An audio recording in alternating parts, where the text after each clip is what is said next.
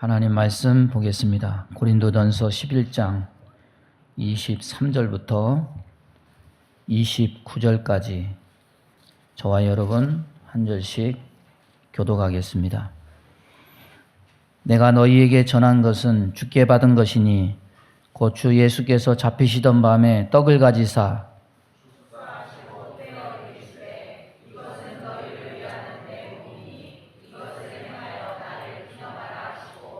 식후에 또한 그와 같이 잔을 가지시고 이르시되 이 잔은 내 피로 세운 새 언약이니 이것을 행하여 마실 때마다 나를 기념하라 하셨으니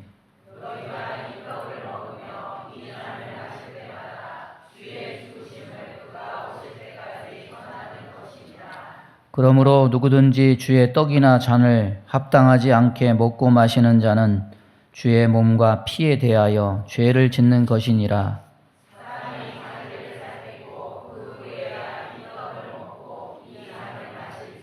다 같이 하겠습니다.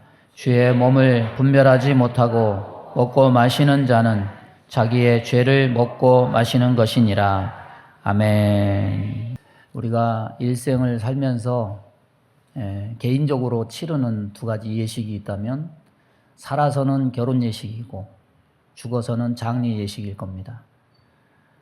우리가 믿음 안에서 예수님이 세우신 두 가지 예식이 있습니다. 그것은 하나는 세례고 하나는 성찬입니다. 예수님이 6월절 밤에 친히 성찬 예식을 제정하셨고 하늘로 승천하시기 전에 너희는 가서 모든 민족을 제자로 삼아서 아버지와 아들과 성령의 이름으로 세례를 주라 명하심으로 세례 예식을 제정하셨습니다. 그래서 이 세례와 성찬은 예수님이 제정하신 유일한 신앙 안에서의 성스러운 예식입니다. 하나님이 우리에게 주시는 은혜의 수단들이 있습니다. 소요리 문답 88번 보면은 그 하나님이 우리에게 주신 은혜의 외적 수단을 세 가지로 얘기합니다.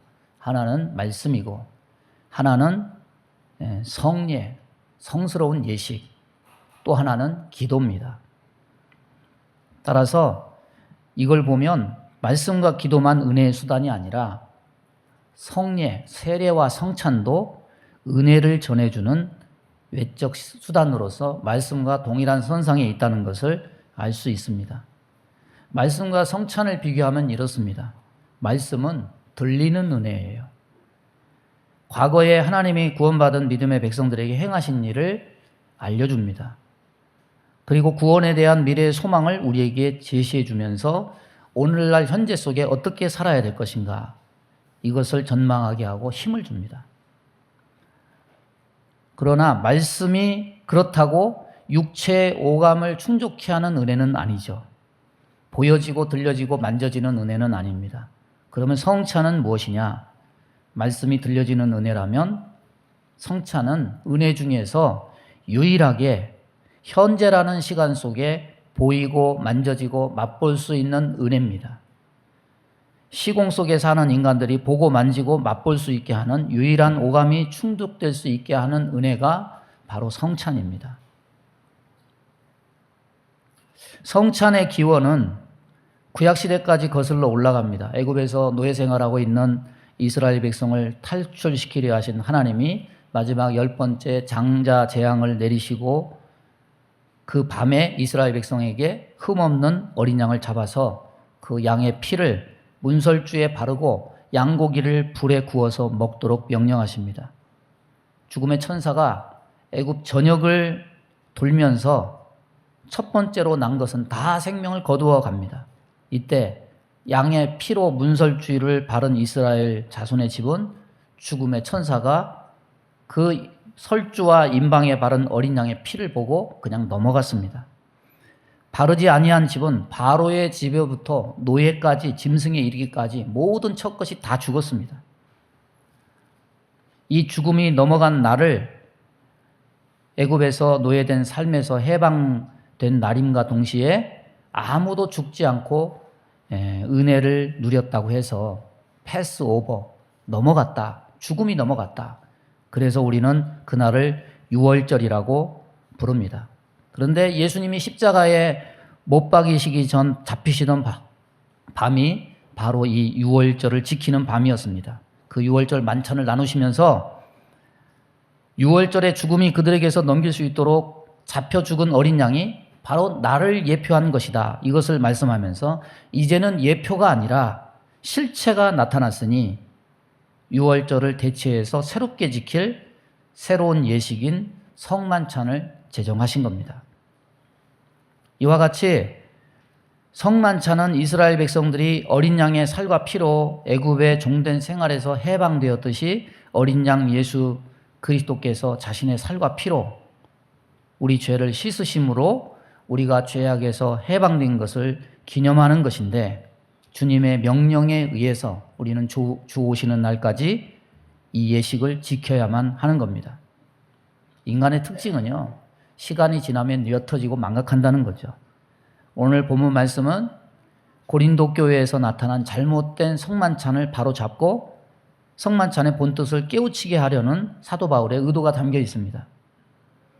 본문 말씀에 보면은 잘못된 성만찬에 참여하는 그 시대의 습관이 있었습니다. 만찬이란 말이 뭐죠? 저녁 식사죠. 오찬은 점심 식사고 조찬은 아침 식사죠. 고린도 교회에 있던 부유한 자들이 성만찬이 있던 날 저녁에 먹을 것을 잔뜩 싸가지고 와서 성만찬 시작하기도 전에 배고프다고 다 풀어서 먹어버리고, 가난한 사람들은 먹을 것을 준비하지 못해서 시장한 배를 움켜쥐고, 부유한 자들이 먹는 것을 옆에서 물끄러미 바라보고, 이 성만찬의 의미는 어디 가버리고 단순히 먹고 마시는 장이 돼버린 거죠. 그래서 사도 바울은 이것을 호되게 책망합니다.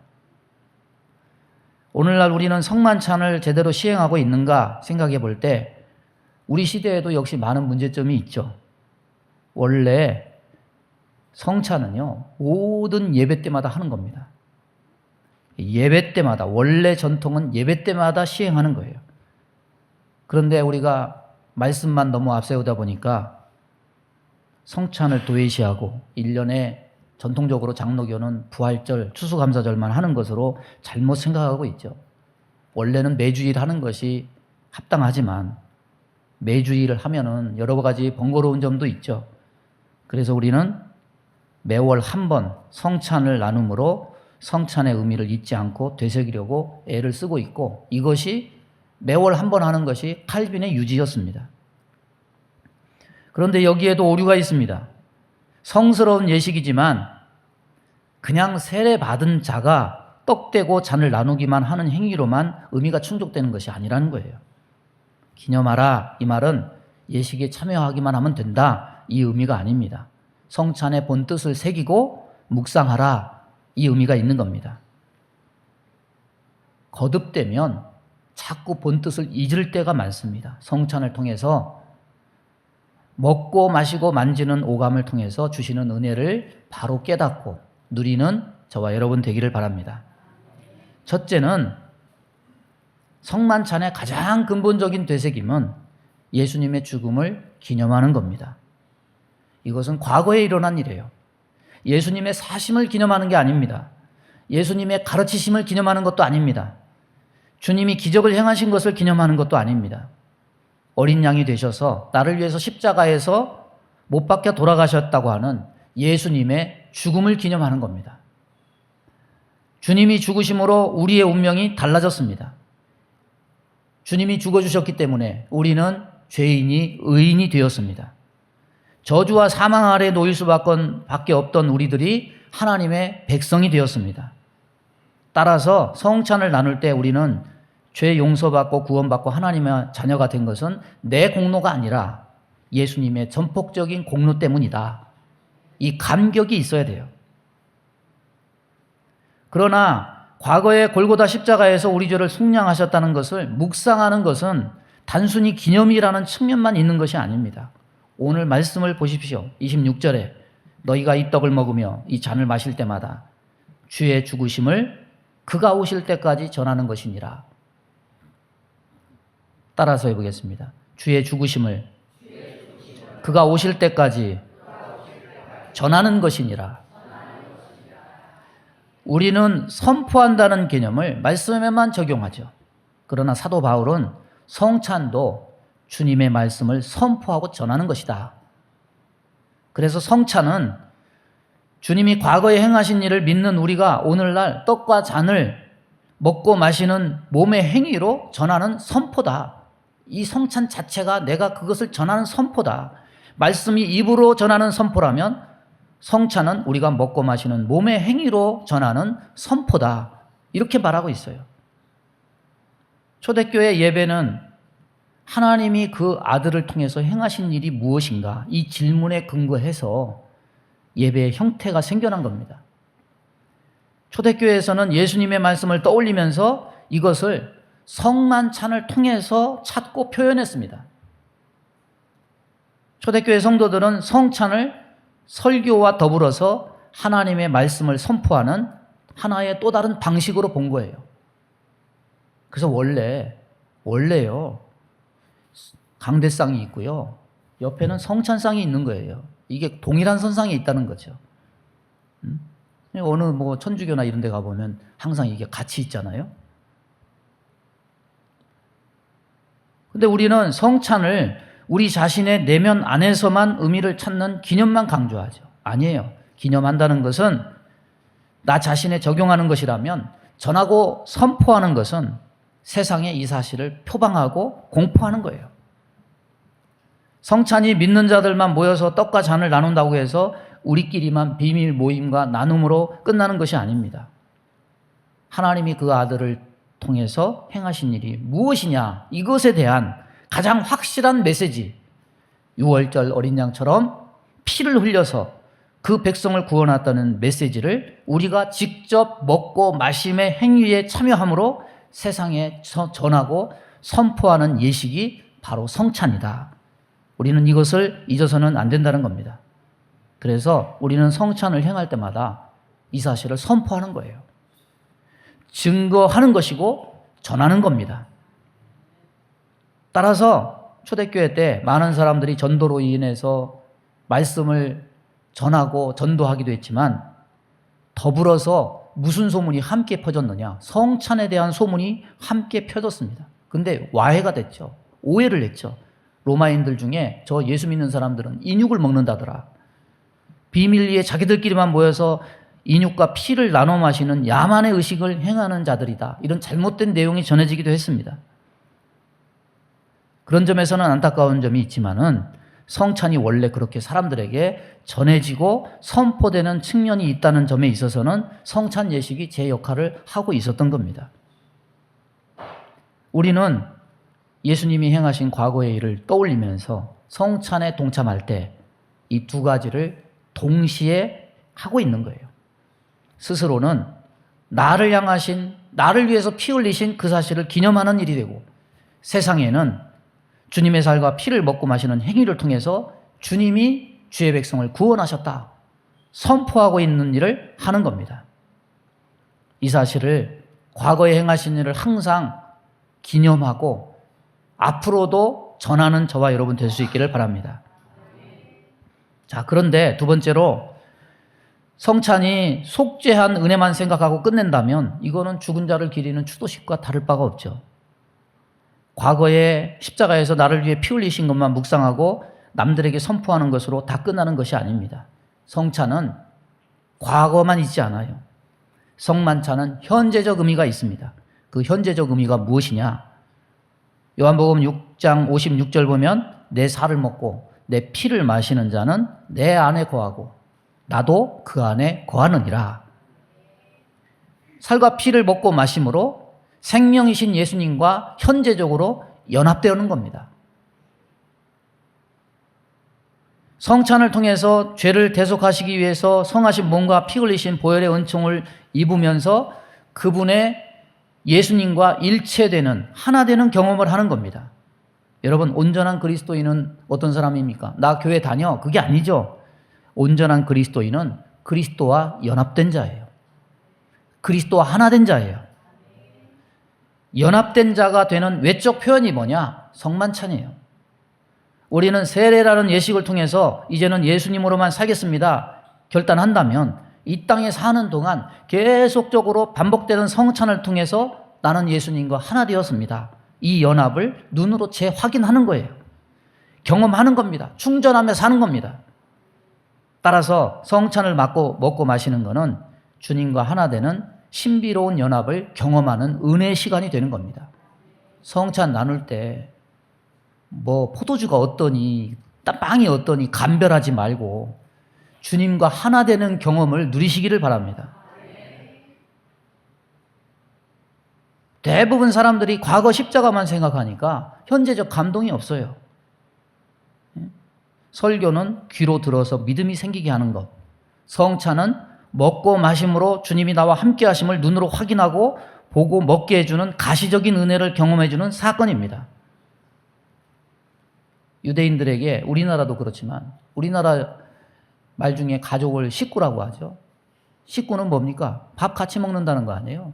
그게 나이 들을수록 이게 더 실감이 돼요.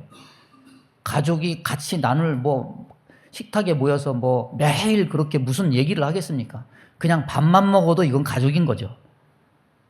유대인들도 마찬가지입니다.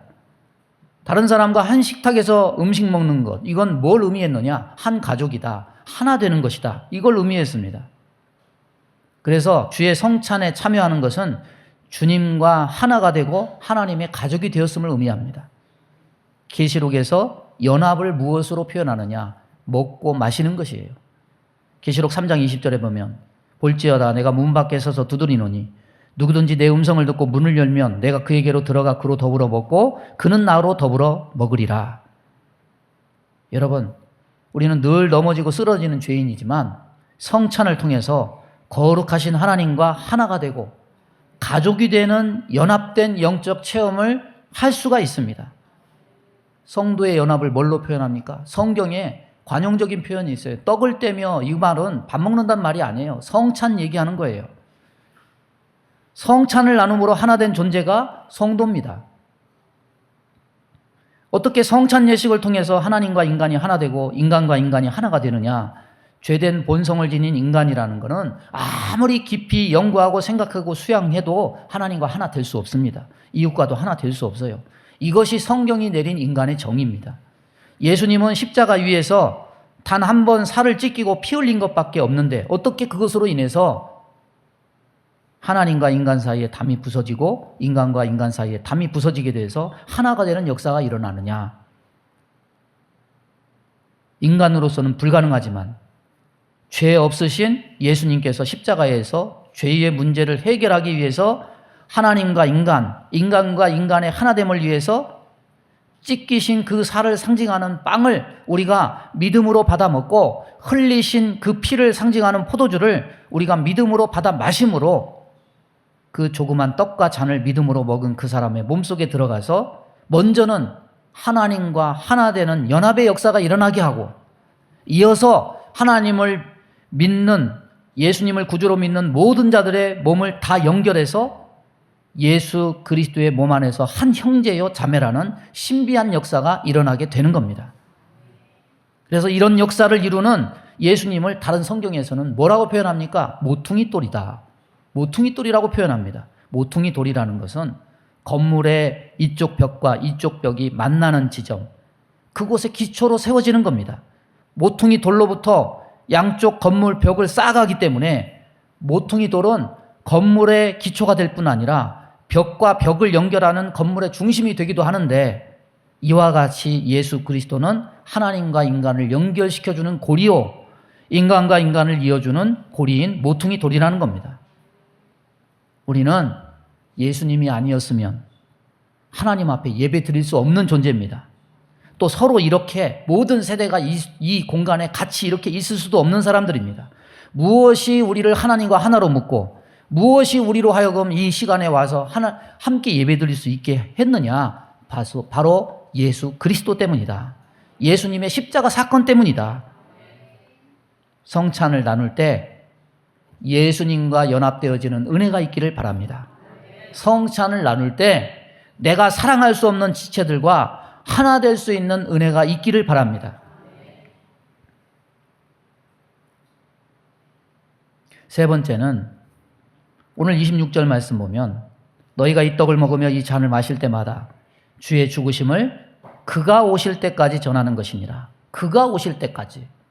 이 말은 예수님이 앞으로 미래에 우리에게 부활과 영생을 주시기 위해서 오신다는 말씀입니다. 주님은 이것을 분명히 약속하셨어요. 내 살을 먹고 내 피를 마시는 자는 영생을 가졌고 마지막 날에 내가 그를 다시 살리리라.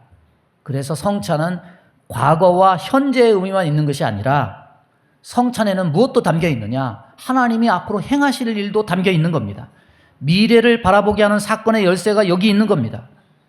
장차 성찬은 주님의 나라에 가서 주님과 더불어 영원히 먹고 마시는 천국 잔치를 미리 이 땅에서 미리 맛보는 행위입니다. 사람에게 두 가지 굶주림이 있습니다. 음식을 얻지 못한 육체의 굶주림, 음식을 먹어도 채워지지 않는 영혼의 굶주림. 예수님은 요한복음 6장에서 영혼의 굶주림에는 관심도 없는 사람들을 책망하십니다. 고린도 교인들이 성찬이 부활과 영생을 소망하는 미래적 소망을 담고 있는 행위라는 의미를 망각했을 때 육신으로 먹고 마시는 방종만 남게 되었음을 책망하죠. 우리가 맹목적으로 성찬에 참여하게 될 때 이 빵은 실컷 먹지도 못하고 입맛만 버리네, 이런 육신적인 생각 외에 남는 것이 없다면 그건 성찬을 욕되게 하는 거예요. 아무런 의미가 없어요. 우리가 예수님 살과 피를 먹고 마셔야 될 궁극적인 이유가 무엇이냐? 우리의 미래와 관계가 있습니다. 요한복음 6장에서 이것에 대한 이유를 우리에게 가르쳐 줍니다. 오병이어 기적 후에 자기를 찾아온 유대인들에게 진리와 생명인 나를 믿으라, 이것이 바로 하나님의 일이다. 예수님의 이 말씀을 들은 유대인들이 그러면 하늘에서 내려온 증거를 대봐라. 모세가 광야에서 만나를 내려서 먹게 한 것처럼 하늘에서 내려왔다면 하늘에서 떡을 내려 우리를 먹게 하라. 그러면 우리가 믿겠다. 예수님이 뭐라고 대답하십니까? 내가 생명의 떡이다. 내게 오는 자는 결코 줄이지 아니할 터이요 나를 믿는 자는 영원히 목마르지 아니하리라. 떡은 생명을 지탱하는데 절대적으로 필요합니다. 그러나 육신을 배부르게 하는 음식이 영생을 주지는 못합니다. 육신을 위한 세상 양식은 한 끼만 배부를 뿐입니다. 한 끼 먹을 양도 아무리 많이 먹어도 제한돼 있고, 오늘 또 맛있다고 세 그릇 먹고 배탈 나지 마세요. 한 끼 먹은 양식이 효력을 발휘해서 체력을 유지시켜주는 시간 역시 그것도 제한돼요.